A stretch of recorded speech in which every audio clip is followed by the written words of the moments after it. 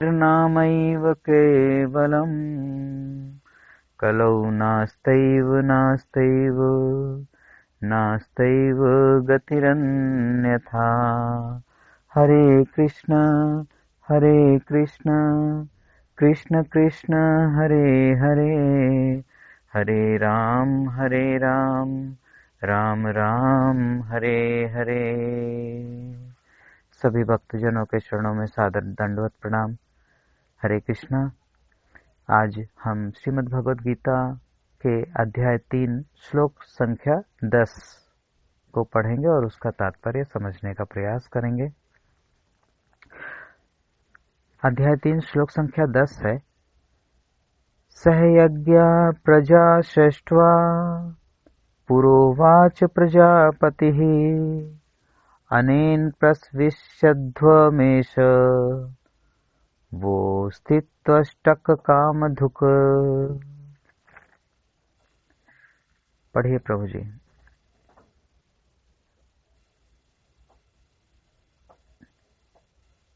जिसके पास श्रीमद् भगवद गीता पुस्तक है वह श्लोक पढ़ सकते। सृष्टि के बिल्कुल आरंभ में समस्त प्राणियों के स्वामी ने विष्णु के लिए यज्ञ करने के लिए कहा। यज्ञ सहित मनुष्यों तथा देवताओं की संततियों को रचा और उनसे कहा कि तुम इस यज्ञ से सुखी रहो, क्योंकि इसके करने से तुम्हें सुखपूर्वक रहने तथा मुक्ति प्राप्त करने के लिए समस्त वांछित वस्तुएं प्राप्त हो सकेंगी। अब यहाँ पर इससे पहले भगवान ने यज्ञ करने के बारे में कहा कि सभी को यज्ञ करना है। किस लिए करना है? विष्णु को प्रसन्न करने के लिए करना है। और इस श्लोक में कह रहे हैं कि सृष्टि के आरंभ में सभी प्राणियों के स्वामी कौन है? भगवान विष्णु। और भगवान विष्णु के लिए यज्ञ करने के लिए मनुष्यों से कहा ताकि उन्हें सुखपूर्वक रहने के लिए वस्तुएं प्राप्त हों और सुखपूर्वक रहने के लिए वस्तुएं प्राप्त हों और मुक्ति प्राप्त करने के लिए समस्त वांछित वस्तुएं प्राप्त हो सकें। दो तरह भगवान और देवता में पहले अंतर समझ लीजिए कि भगवान कौन है और देवता कौन है। देवता वे सभी हैं जो हमें वायु जल आदि देते हैं, जैसे वरुण देव, इंद्र देव आदि, ये सभी देवता की कैटेगरी में आते हैं। भगवान कौन है? भगवान साक्षात नारायण है, भगवान विष्णु हैं। वेदों में भगवान 5 माने गए हैं। कौन कौन है वो? भगवान विष्णु, शक्ति में सभी देवियां हैं, जैसे गौरी, राधा, सीता, लक्ष्मी आदि, और गणेश भगवान, सूर्य नारायण और भोलेनाथ भगवान शंकर। ये 5 वेदों में भगवान माने गए हैं। इसके अतिरिक्त अब जो कोई भी है वे सभी देवता हैं। देवता और भगवान में अंतर क्या है? भगवान अपने भक्तों को क्षमा कर देते हैं। भगवान बहुत कृपालु हैं, भगवान बहुत दयालु हैं। वे पतितों को पावन करते हैं, वे अपने भक्तों का उद्धार करते हैं। वे अपने भक्तों को, जो उनके भक्त होते हैं, चाहते हैं कि मेरा भक्त भगवान के मृत्यु के पश्चात भगवान के पाधाम में जाए। जो भगवान होते हैं, ये जो 5 देवता हैं, ये क्या चाहते हैं? ये जो 5 भगवान हैं, ये चाहते हैं कि सभी भगवत धाम को प्राप्त करें। अब कोई गणेश जी की पूजा करे या सूर्य भगवान की पूजा करे तो वो किसी न किसी तरह से भगवान नारायण में भक्त का मन लगा देते हैं। किसी न किसी तरह से गीता जी में, रामचरितमानस में, भागवत में उसका मन लगा देते हैं, और जिसके द्वारा भक्त का कल्याण हो जाता है और वो अपने भगवत धाम चला जाता है। जो देवता होते हैं वो क्या करते हैं फिर? वो बड़े लोभी होते हैं, बहुत स्वार्थी होते हैं और बहुत जल्दी नाराज हो जाते हैं। अर्थात देवताओं के लिए जब हम अनुष्ठान करते हैं तो अगर उसमें जरा सी भी त्रुटि हो जाए तो अनिष्ट कर देते हैं। लेकिन भगवान के लिए जब हम कुछ अनुष्ठान करते हैं तो छोटी मोटी त्रुटि हो जाए, उच्चारण में गलती हो जाए, या उनको जैसा अनुष्ठान में निर्दिष्ट है कि ये सामग्री चढ़ानी चाहिए वो चीज ना चढ़ाई जाए, तो भी भगवान नाराज नहीं होते। वो भक्तों का केवल प्रेम देखते हैं कि कितने भाव से, कितने प्रेम से भक्त हमारी सेवा पूजा अर्चना कर रहा है। जबकि देवता ऐसा नहीं सोचते। देवता स्वार्थी होते हैं, अर्थात उन्हें अपना भाग चाहिए और उसके बदले में कुछ भी करने को तैयार हैं। वे भगवान के द्वारा ही चीजें प्राप्त करते हैं और अपने भक्तों को देते हैं। उनके पास अपनी पैदा करने की कोई चीज नहीं है। वे भगवान के, देवता लोग भगवान के क्या है, भगवान के द्वारा नियुक्त किए गए छोटे छोटे अधिकारी हैं जो अन्न जल आदि जीवों को प्रदान करते हैं। जो सीधे भगवान की पूजा अर्चना करते हैं, तो ये छोटे छोटे जो अधिकारी हैं देवतागण, ये सभी उन भक्तों को बड़ी खुशी के साथ सभी चीजें प्रदान करते हैं, भोजन पानी आदि। और जो केवल देवता की पूजा करते हैं, तो अगर वो भक्त देवता से कुछ मांगता है तो देवता के पास तो एक अधिकारी के पास एक ही चीज होती है, चाहे उसके पास वायु है, चाहे उसके पास प्रकाश है, चाहे उसके पास जल है। एक देवता के पास एक ही चीज है। उसके अतिरिक्त कुछ मांगे भक्त तो भगवान से प्राप्त करके उसे देता है, अपने भक्त को प्रदान करते हैं। ऐसा गीता में लिखा हुआ है। ठीक, तो ये इस श्लोक में देवता और भगवान, इन दो चीजों का अगर हमें अच्छे से ध्यान रहेगा, इसका ज्ञान रहेगा, तो हम इस श्लोक के अर्थ को अच्छे से समझ पाएंगे। हमें भगवान की पूजा अर्चना करनी चाहिए, इस बात पर भी अपनी ध्यान रखिए, देवता की नहीं। साथ ही साथ भक्तों के का पूरा पूरा सम्मान करना चाहिए और भक्तों को भगवान के तुल्य समझना चाहिए। भक्तों को किसी भी तरह से निराश नहीं करना चाहिए, भक्तों का कभी भी अपमान नहीं करना चाहिए, कभी भी भक्त का अपराध नहीं बनना चाहिए। तो इस बात का ध्यान रखना चाहिए। तो यहाँ पे भगवान कह रहे हैं कि जो है, मैं ही अपने द्वारा नियुक्त किए गए सभी देवताओं को काम दे रखा हूं, जिसके माध्यम से वो जीवों की मदद किया करते हैं। प्राणियों के स्वामी विष्णु भौतिक सृष्टि की रचना बद्ध जीवों के लिए भगवत धाम वापस जाने का सुअवसर है। अर्थात जीव भगवान विष्णु का यदि सेवा पूजा अर्चना नाम जप आदि करता है, तो धीरे धीरे बद्ध जीवों के लिए एक सुअवसर प्राप्त होता है कि वह भगवत धाम वापस जा सके। सारे जीव प्रकृति के द्वारा बद्ध हैं, क्योंकि उन्होंने भगवान विष्णु या कृष्ण के साथ अपना संबंध भुला दिया है। हम तब तक माया के द्वारा ग्रसित रहेंगे जब तक हम भगवान विष्णु की पूजा अर्चना नहीं करेंगे, अर्थात जब तक हम भगवान की सेवा पूजा में नहीं लगेंगे, तब तक हमें माया के द्वारा अपहरित किया जाता रहेगा। हम बार बार माया के द्वारा त्रास दिए जाते रहेंगे, पीड़ित रहेंगे, दुखी रहेंगे, अर्थात भाव बंधन में फंसे रहेंगे। जब हम भगवान की पूजा अर्चना की तरफ बढ़ेंगे, उनके नामों का जप करेंगे, तो भगवत धाम जाने का सुअवसर प्राप्त हो सकता है। जीवों के स्वामी, सभी जीवों के स्वामी भगवान विष्णु हैं, इसलिए वे सभी जीवों के सभी आत्माओं के पति हैं, अर्थात वे पूरे जगत के समस्त ब्रह्मांड के नायक पति हैं, अर्थात वो हमारे सर्वे सर्वा हैं, वो ही सबसे बड़े हैं। भगवान विष्णु समस्त प्राणियों के, समस्त लोकों के तथा सभी सुंदर चीजों के और सब कुछ के वे पति हैं और हर एक के त्राता हैं, सभी के पालन करता है। भगवान ने इस भौतिक जगत को इसलिए रचा ताकि बद्ध जीव ये सीख सके कि कैसे हम भगवान के धाम जा सकें, कैसे हम भगवान विष्णु को प्रसन्न कर सकें, कैसे हम भक्ति कर सकें, ये सीख सके। इसलिए भगवान ने ऐसी सृष्टि रची ताकि बद्ध जीव सीख सके भक्ति करना और भक्ति के माध्यम से वो भगवान तक पहुंच सके। ये भक्ति करने के लिए भगवान ने क्या कहा कि विष्णु के लिए यज्ञ करो। इस भक्ति में कहा गया कि आप भगवान विष्णु के लिए यज्ञ करो। यज्ञ क्या है?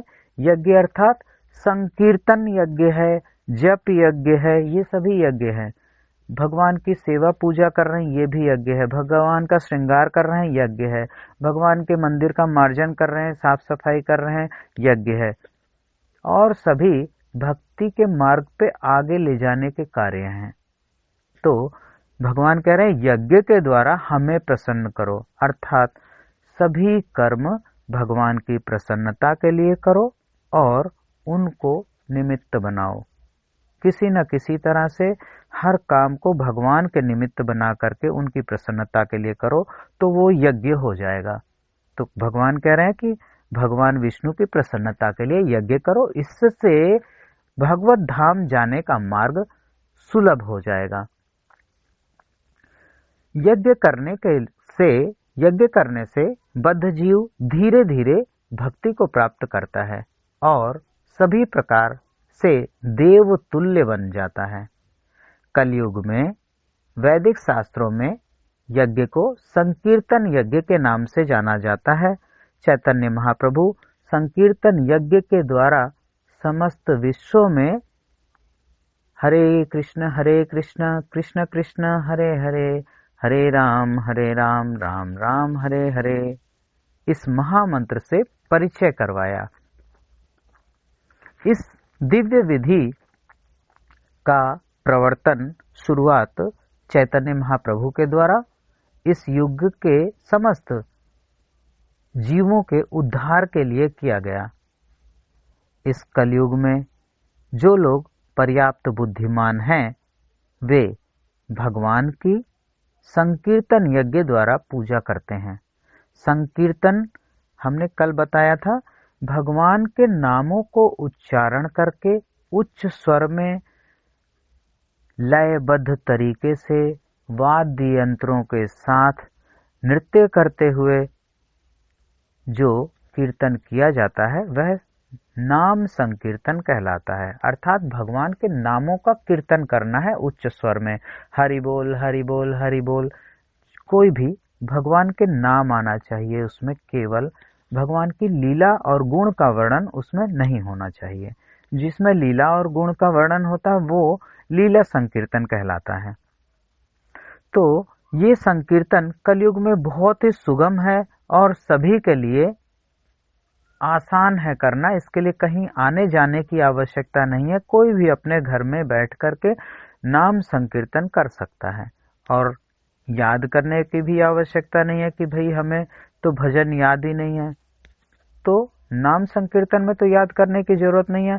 एक ही नाम कुछ भी ले लीजिए और उसी का कीर्तन करते रहिए। मुकुंद माधव गोविंद बोल, केशव माधव हरि हरि बोल, 2 लाइन है, सब हर शब्द भगवान का नाम है। तो हमें कोई भी भगवान के नामों का संकीर्तन करना चाहिए। ये संकीर्तन यज्ञ है।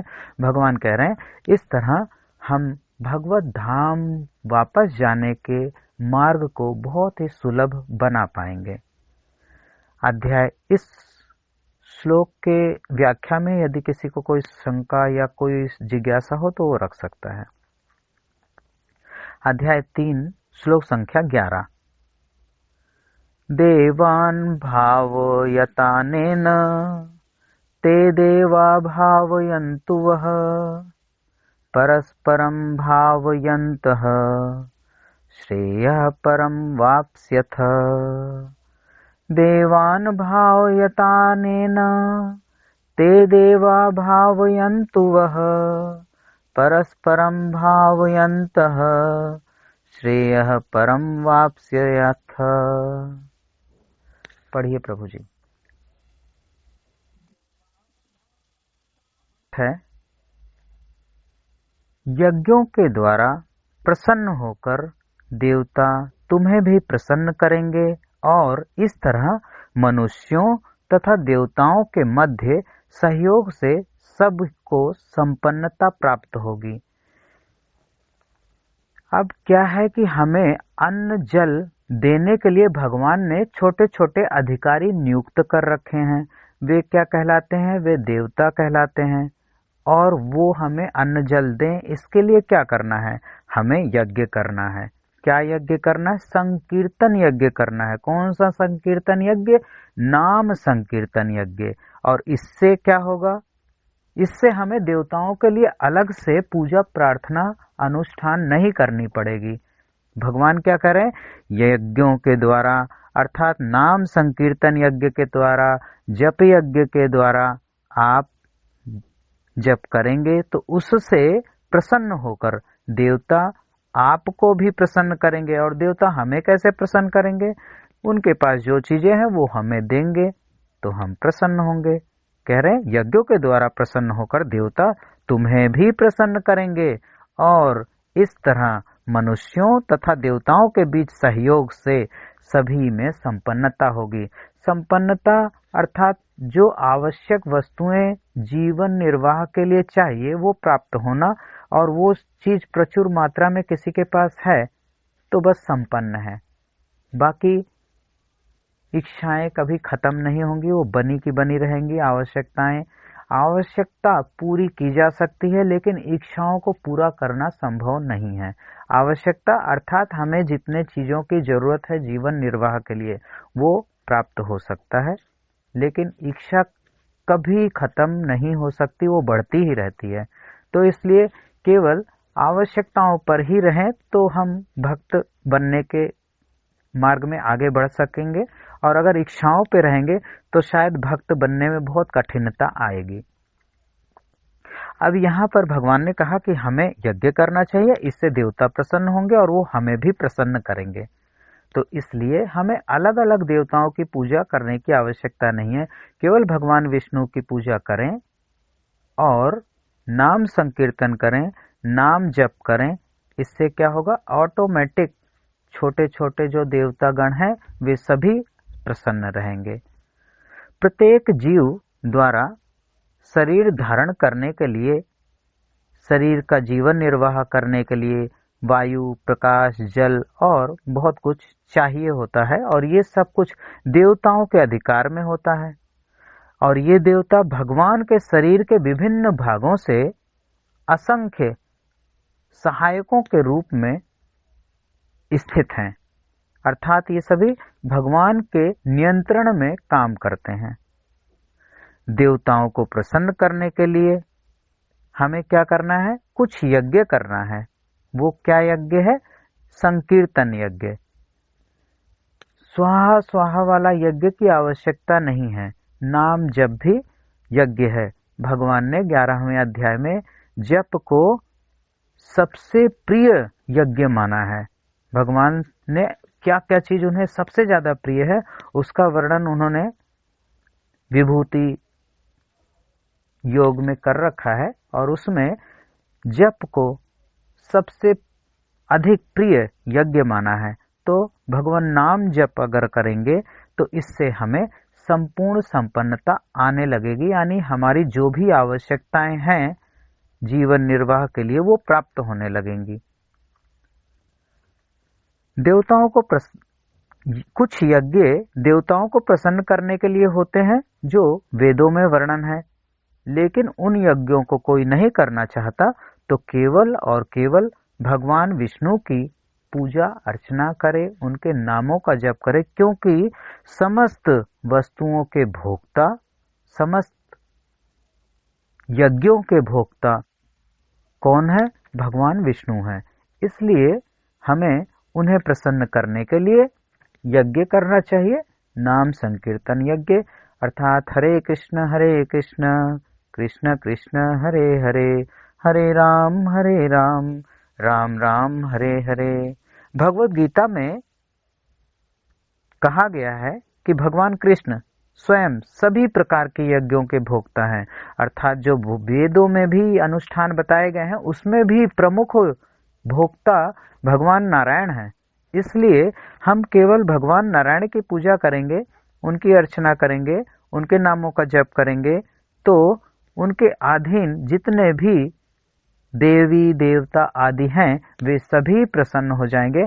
हमें सबकी अलग अलग पूजा अर्चना करने की आवश्यकता नहीं रहेगी। इसका मतलब ये नहीं है कि हम देवताओं को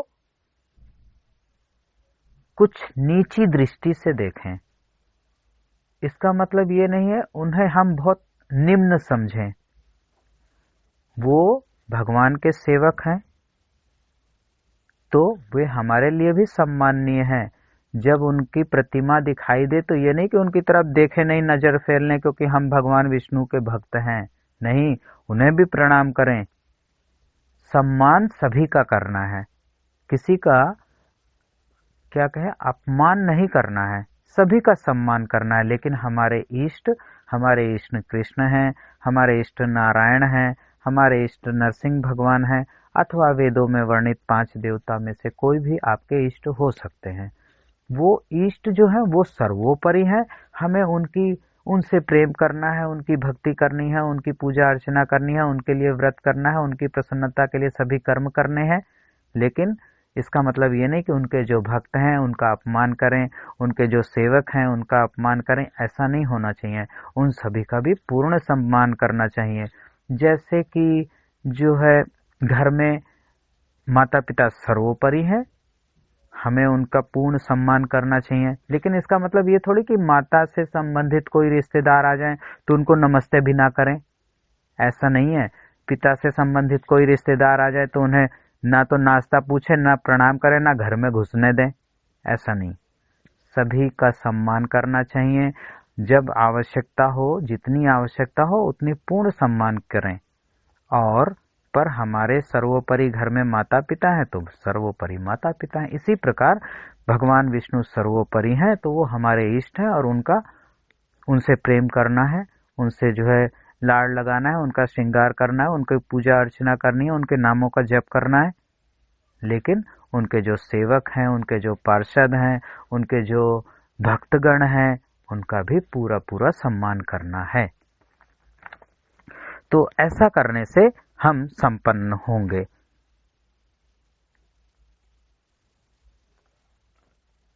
यज्ञ सुचारू रूप से संपन्न किए जाएं तो विभिन्न विभागों के अधिकारी देवता प्रसन्न होते हैं और वो प्राकृतिक पदार्थों का अभाव नहीं रखते हैं। कई लोग कहते हैं कि हम बड़े परेशानी में हैं और खाने पीने की भी तंगी है, बहुत दिक्कत है। क्या कह रहे हैं भगवान कि यदि यज्ञ सुचारू रूप से किए जाते हैं तो भगवान से नियंत्रित जितने भी देवी देवता हैं तो उनके जो विभाग हैं, उनको जो कार्य दिया गया हुआ है, वो अधिकारी देवता प्रसन्न होकर के यज्ञ करने वाले पुरुष को सभी प्राकृतिक वस्तुएं पदार्थ समर्पित करते हैं। उन चीजों का उनके पास अभाव नहीं होने देते। इसलिए खूब नाम जप यदि हम करेंगे तो इन चीजों का अभाव नहीं होगा। यहाँ ये नहीं कहा जा रहा है कि इतना भर देंगे कि आपको सोने की भी जगह नहीं रहेगी, नहीं, अभाव नहीं रहेगा। अर्थात जब हमें जल की आवश्यकता होगी, जब हमें भूख लगेगी, अन्न की आवश्यकता होगी, तो ऐसा नहीं होगा कि हमारे पास अन्न नहीं है, हम खा नहीं सकते, भीख मांगनी पड़ेगी। अथवा हमारे पास जल नहीं है, हम पी नहीं सकते, ऐसा नहीं होगा। जो चीजें भगवान योग क्षेम वहन करने की क्या कहते हैं जिम्मेदारी लेते हैं, पर लाद देने की अर्थात उसी में डुबा देने की, भोगों में डुबा देने की जिम्मेदारी नहीं लेते। तो नाम जप यदि करेंगे तो हमें सभी प्राकृतिक आवश्यकता की चीजें सभी देवी देवतागण प्रदान करेंगे। नाम जप के लिए खूब महामंत्र का जप करना चाहिए। प्रयास करना चाहिए कि कम से कम 25,000 नाम से अधिक प्रतिदिन हम लें।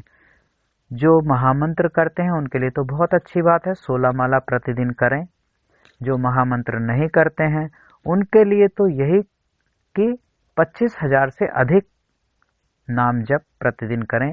जो राम राम राम राम राम राम राम राम करते हैं, भगवान राम का नाम लेते हैं, तो वो कम से कम 25,000 बारी नाम प्रतिदिन लें। इससे नियम पूरा हो जाएगा। जितने श्वास होते हैं लगभग 23,000 समथिंग कुछ हैं, तो उतने हर सांस पे भगवान का नाम होना चाहिए। जो महामंत्र है 16 माला इसलिए की जाती है ताकि एक दिन में जितने श्वास होते हैं उतने नाम हो जाते हैं। इससे हमें यह होता है कि हम हर सांस में भगवान का नाम ले रखे हैं। तो ये प्रयास करना चाहिए कि हम प्रतिदिन 25,000 नाम जप अवश्य करें, अर्थात महामंत्र करते हैं तो 16 माला प्रतिदिन अवश्य करें। तो इस तरह हमें भौतिक पदार्थों का अभाव नहीं रहेगा। यज्ञों को संपन्न करने से अन्य लाभ भी होते हैं, जिससे हम भव बंधन से मुक्त हो जाते हैं। ये यज्ञ करने का तो एक लाभ ये है कि किसी भी आवश्यक वस्तु का अभाव नहीं होगा। दूसरा लाभ ये है कि हम भव बंधन से मुक्त हो जाएंगे। यज्ञ से सारे कर्म पवित्र हो जाते हैं। वेदों में भी ऐसा कहा गया है कि जो व्यक्ति यज्ञ करता है उसके सारे कर्म पवित्र हो जाते हैं। यज्ञ से मनुष्य के खाद्य पदार्थ शुद्ध होते हैं और शुद्ध भोजन करने से मनुष्य का जीवन शुद्ध होता है। फिर से सुनिए, यज्ञ से मनुष्य के खाद्य पदार्थ शुद्ध होते हैं। अब ये कौन सा यज्ञ है कि खाद्य पदार्थ शुद्ध हो रहे हैं? ये यज्ञ है कि पहले के समय में क्या होता था, घर में चूल्हा जलता था, तो जब माता बनाती थी तो माताएं बनाने जैसे रोटी बनानी है तो पहले एक छोटी रोटी बना के चूल्हे में डाल देती थी। चावल बन रहा तो थोड़े से चावल चूल्हे पे रख देती थी। ये भी एक यज्ञ है, अग्नि देवता को समर्पित की जा रही है। शास्त्रों में ऐसा वर्णन है कि जो भी चीज बनाई जाए उसे थोड़ा सा अग्नि में डाल देने से कुछ पाप होते हैं, वो पाप नहीं लगते। वो पाप कौन से हैं? जब हम भोजन कुछ बनाते हैं तो बहुत सारे जीवों की मृत्यु हो जाती है। जैसे गेहूं की कटाई हो रही है, उसमें बहुत सारे जीव कट जाते हैं। पिसाई हो रही है, आटे में कुछ मर जाते हैं। जब हम लकड़ी जला रहे होते हैं तो लकड़ी के बीच में बहुत छोटे छोटे कीड़े आदि हो सकते हैं, मर जाते हैं, जल जाते हैं। इन सब का पाप भी लगता है। जो खा रहा है उसे लगेगा, जो बना रहा है उसे लगेगा। इन पापों से बचने के लिए वो छोटा सा यज्ञ है कि जो बनाते हैं उसे अग्नि में थोड़ा सा डाल दें तो इन पापों से बच जाते हैं। अब चूल्हा खत्म हो गया, अब तो गैस आ गई, तो अब डालने का सिस्टम भी खत्म हो गया, कोई नहीं निकालता। कभी कभी अब चूल्हे पे बनाते भी हैं तो रोज गैस पे बनाने की आदत होने के कारण अब चूल्हे में डालना की प्रथा भी धीरे धीरे समाप्त हो गई। तो दूसरी बात क्या बताई गई कि भगवान को भोग लगाओ और प्रसाद ग्रहण करो, उससे पाप नष्ट हो जाते हैं। खाद्यान्न क्या हो गया? पवित्र। खाद्यान्न पवित्र हो गया। तो ये यज्ञ करना है कि भगवान को निमित्त बनाना है, उन्हें भोग लगाना है। भोग लगाने के बाद उनका उच्छिष्ट प्राप्त करना है। तो मनुष्य के खाद्य पदार्थ यज्ञ करने से शुद्ध होते हैं, और जब हम शुद्ध भोजन करते हैं तो हमारा जीवन शुद्ध होता है। जब जीवन शुद्ध होता है तो हमारी बुद्धि शुद्ध हो जाती है, हमारा हृदय शुद्ध हो जाता है, और ऐसा शुद्ध होने के बाद मनुष्य मुक्ति मार्ग पर चलने का चिंतन करता है। बहुत से लोगों को बिल्कुल चिंता नहीं होती कि इस जीवन के बाद क्या होगा। वो क्या कहते हैं, अरे जन्म मिला है, मजे कर लो, फिर पता नहीं मिले या ना मिले, अभी तो है, अभी कर लो मजे, बाद किसने देखा है। क्योंकि उनकी बुद्धि अशुद्ध है, क्योंकि वो ऐसा प्रसाद पाते हैं जो भगवान को भोग लगाया गया नहीं है, शुद्ध अन्न नहीं प्राप्त करते, इसलिए उनकी बुद्धि अशुद्ध है, उनका हृदय अशुद्ध है, उनके विचार अशुद्ध हैं। वो कभी भी भगवान के लिए चिंतन नहीं करते, भगवान की प्राप्ति के लिए चिंतन नहीं करते, अपने आप को भव बंधन से छुटकारा पाने के लिए चिंतन नहीं करते। फिर ये चिंतन कौन कर सकता है? ये चिंतन जो यज्ञ करता है वही कर सकता है। भगवान कह रहे हैं कि यज्ञ करने से मनुष्य के खाद्य पदार्थ शुद्ध होते हैं, शुद्ध खाद्य पदार्थ खाने से जीवन शुद्ध होता है, शुद्ध जीवन जीने से हमारी बुद्धि शुद्ध होती है, और जिसकी बुद्धि शुद्ध हो जाती है उसका हृदय शुद्ध होता है, और जब हृदय शुद्ध हो जाता है, बुद्धि शुद्ध हो जाती है, तब हम ये चिंतन करते हैं कि हाँ भाई, हमें भी थोड़ा राम राम कर लेना चाहिए, कुछ भगवत धाम जाने के लिए, मृत्यु के बाद आगे का रास्ता चलने के लिए थोड़ा सा धन इकट्ठा कर लेना चाहिए, भगवान को पाने के लिए कुछ करना चाहिए, हमारा भी ये संसार में आवागमन खत्म हो, इसके लिए हम कुछ करें क्या ना करें, ये सब चिंतन करना वह व्यक्ति शुरू कर देता है। इसलिए भगवान कह रहे हैं यज्ञ करो। हमने काफी कुछ इसमें बता दिया। अब अध्याय 3 श्लोक संख्या 12। इष्टान् भोगान् हि वो देवा दास्यन्ते यज्ञ भाविताः तैर्दत्तान् प्रदायेभ्यो यो भुङ्क्ते तेन एव सः। पढ़िए प्रभु जी।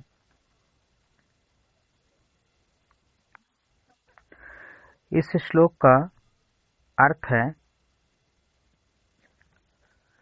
जीवन की विभिन्न आवश्यकताओं की पूर्ति करने वाले विभिन्न प्रकार के देवता हैं। उन आवश्यकताओं की पूर्ति करने वाले विभिन्न देवता यज्ञ संपन्न होने पर प्रसन्न होकर तुम्हारी सारी आवश्यकताओं को पूर्ण करेंगे, किंतु जो इन उपहारों को देवताओं को अर्पित किए बिना ही भोगता है वह निश्चित रूप से चोर है। यहाँ पर क्या कहा गया है कि जब हम यज्ञ करेंगे तो देवताओं का काम क्या होगा कि वो हमारी आवश्यकताओं की पूर्ति करें, और यदि वो जो चीजें हमें प्राप्त हुई उनको यदि हम बिना देवताओं को अर्पित किए, उन उपहारों को बिना देवताओं को अर्पित किए उसका उपयोग करते हैं, तो वह निश्चित रूप से चोर है जो ऐसा करता है। सभी वस्तुएं भगवान द्वारा प्रदत्त हैं, हमारे द्वारा कुछ भी नहीं प्रदत्त है। लोग बस कहते हैं कि ये मैंने घर बनवाया है, मैंने बहुत मेहनत करके इतना धन कमाया है। वास्तव में तो ये सब कुछ भगवान का है, और यदि इन चीजों से हम कुछ भोग भोगते हैं परंतु उसमें से कुछ भी भगवान को अर्पित नहीं करते हैं, तो हम निश्चित रूप से चोर हैं। अर्थात धन है तो कुछ न कुछ दान करें, भगवान के भक्तों के काम आता है। भगवान के भक्तों की सेवा भगवान की सेवा के समान है।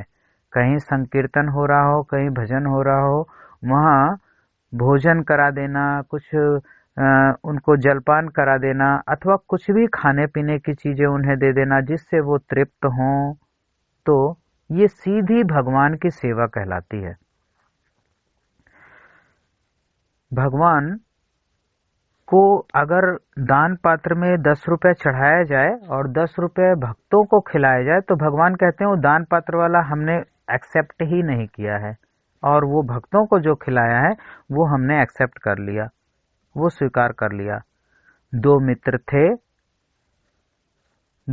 उनमें से एक बहुत अमीर था, एक बहुत गरीब था।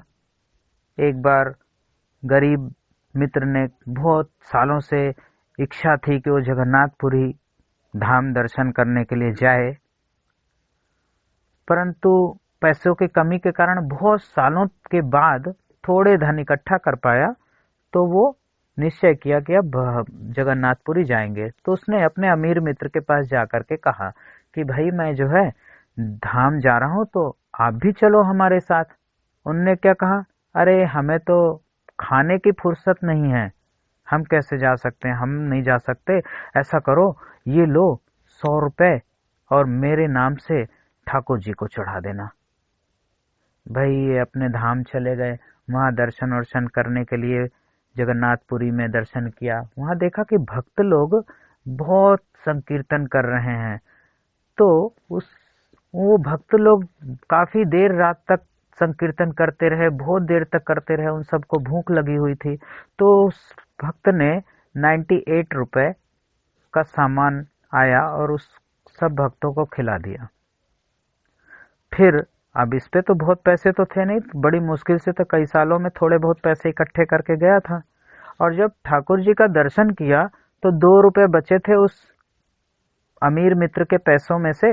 तो 2 रुपए उसने भगवान की दान पेटी में डाल दी कि भगवान, ये वहां से आए थे तो ये मैंने, ये इनके पैसे बच रहे थे, यहाँ डाल दिया। उसी रात भगवान ने अमीर मित्र को स्वप्न दिखाया, कहा कि तुम्हारे 98 रुपए हमें प्राप्त हो गए थे, तुमने जो अपने मित्र के द्वारा हमारे पास पैसे भेजे थे उसमें से हमें 98 रुपए मिल गए हैं। तो अमीर दोस्त ने सोचा मेरा दोस्त बहुत अच्छा है, चलो कोई बात नहीं, 2 रुपए उसने अपने लिए खा लिए तो क्या फर्क पड़ता है, बेचारा गरीब है, कोई बात नहीं, चलो। लेकिन वैसे आएगा तो पूछूंगा जरूर कि यार उसने 2 रुपए कम क्यों चढ़ाए थे। बहुत महीने बीत गए, पुराने जमाने की बात है भाई, ट्रेनें वगैरह नहीं थी, पैदल यात्रा ज्यादा करनी पड़ती थी। कई महीनों बाद उसका मित्र वापस आया तो प्रसाद ला करके अमीर मित्र को दिया। तो अमीर मित्र ने कहा, देखो हमें तुमसे कोई भी शिकायत नहीं है, तुम बुरा मत मानना, लेकिन जो बात सच है वो हमें बताना, मैं कुछ पूछना चाह रहा हूँ। बिल्कुल सच सच बताना, हम बिल्कुल भी नाराज नहीं होंगे। हमें बहुत प्रसन्नता है कि तुमने हमारे रुपयों को ठाकुर जी को चढ़ाया, क्योंकि ठाकुर जी स्वयं आकर के हमें स्वप्न में बता के गए हैं। तो उन्होंने कहा, नहीं हमने नहीं चढ़ाया था। उसके मित्र ने कहा कि हमने तुम्हारे 100 रुपए नहीं चढ़ाए थे, वो पैसे मेरे से खर्च हो गए और केवल 2 ही रुपए मैंने दान पेटी में डाले थे। मित्र को बहुत अचंभा हुआ कि तुमने 2 रुपए दान पेटी में डाले और भगवान ने मेरे से कहा कि 98 रुपए मुझे प्राप्त हुए, ये क्या चक्कर है। तो उन्होंने पूछा, तुमने वो 98 रुपए कहाँ खर्च किए, 98 रुपए कहाँ खर्च कर दिए, किस चीज में खर्च हुए। तो उसके दोस्त ने बताया कि भक्त लोग कीर्तन कर रहे थे और वो बहुत भूखे थे और हमने उनकी सेवा प्रसाद में खर्च कर दिए। ये बहुत सच्ची घटना है, अच्छे अच्छे संत लोग सुनाया करते हैं इस घटना को। इस घटना से क्या पता चल रहा है कि भगवान के भक्तों की सेवा करना भगवान की डायरेक्ट सेवा है, सीधा भगवान के पास पहुंचता है। इसलिए जब कभी भी भक्तों की सेवा करने का मौका मिले तो बिल्कुल भी पीछे नहीं हटना। जितनी सामर्थ हो, कोई जरूरी नहीं है कि हम बहुत लंबा चौड़ा करें, लेकिन अपने सामर्थ्य के अनुसार जितनी सामर्थ्य हो जरूर करें। अगर हम यज्ञ करना चाहते हैं, अगर हम भगवान विष्णु को प्रसन्न करना चाहते हैं, अगर हम ये चाहते हैं कि उन भगवान के अधीन जितने देवी देवता हैं वे सभी प्रसन्न हों और वे सभी प्रसन्न होकर के हमें आवश्यक वस्तुओं प्रदान करते रहें और हम भी प्रसन्न हों, अगर हम चाहते हैं तो ये करना चाहिए। आज की गीता पाठ को यहीं पर संपूर्ण करेंगे और इस व्याख्या को कल आगे बढ़ाएंगे। अभी ये व्याख्या पूर्ण नहीं हुई है, श्लोक 12 को ही हम कल आगे बढ़ाएंगे।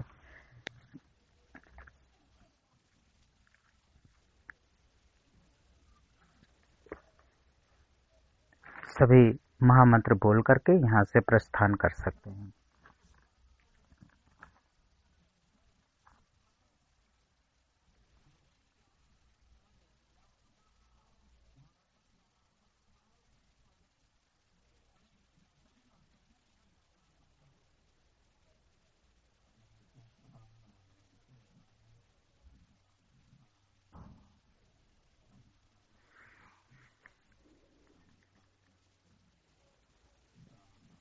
हरे कृष्णा, राधे श्याम, जय श्री सीताराम।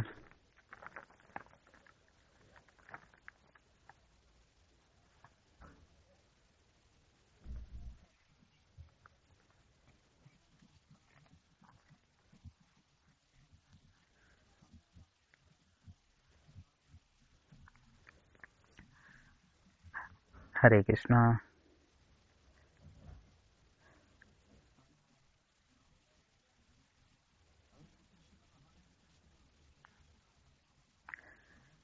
राधे राधे भैया।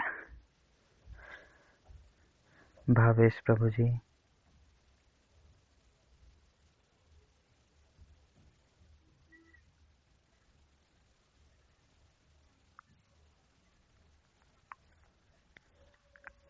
आपने आज कुछ श्लोक नहीं बोले थे, बोलने का प्रयास किया कीजिए, और घर पर गीता जी में से अर्थ एक बार पढ़ लिया कीजिए। और कोई जिज्ञासा रहा करे, वैसे तो मैं कोशिश करता हूँ बहुत ज़्यादा समझाऊं, लेकिन फिर भी कोई बात समझ में नहीं आए तो आप हमें शुरुआत में ही बता दिया कीजिए कि इस श्लोक में हमें ये बात समझ में नहीं आई, ताकि अच्छे से गीता जी की तात्पर्य को समझ करके हम भक्ति के मार्ग में आगे बढ़ सकें। हरे कृष्णा। रौनक प्रभु जी। हरे कृष्णा।